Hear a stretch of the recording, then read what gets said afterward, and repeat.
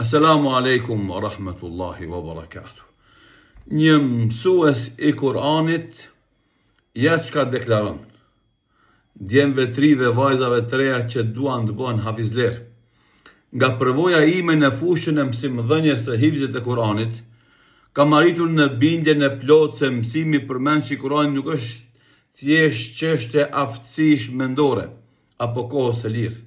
Përkundrazi, ai është një udhëtim për zgjedhjeje, për të cilën Allahu zgjedh këtë doj ai.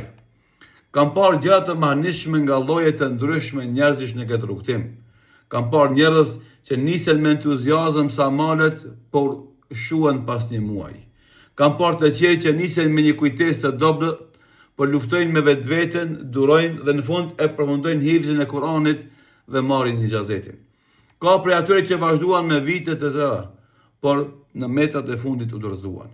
Dhe ka të tjerë që sfiduan angazhimet, smundjet, vështirësitë, vetëm që të mbeteshin në radhët e njerëzve të Kur'anit.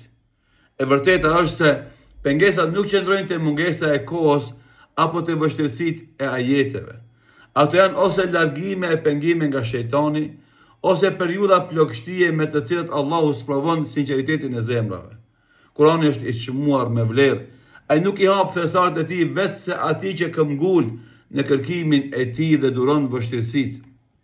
Ndërsa ata që Allahu e shet të painteresuar ose përtas ndaj tij, ndaj Kur'anit, ja largon zemrën prej Kur'anit.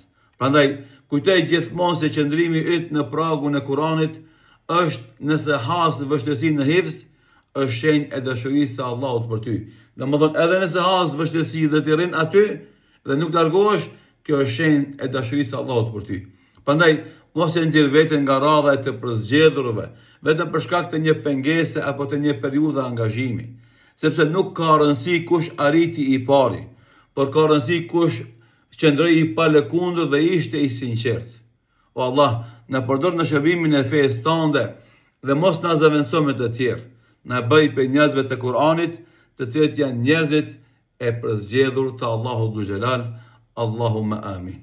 Pra, një këshill shumë e rëndësishme nga një mësues i Kur'anit për gjithë ata djeme dhe vajza që e kanë nisë këtë rrugë dhe kanë peripeci dhe vështirësi, hamendësime dhe dyshime, këshill shumë e ardhë, këshill me vend që duhet ta kemi parasysh gjithmonë. Allahu i forcoft e ndihmoft të gjithë ato djeme dhe vajza që janë nisë në rrugën e hifzit dhe gjithë atyre mësuesve u dhash shëndet e bereqet e suksesin në angazhimet e tyre.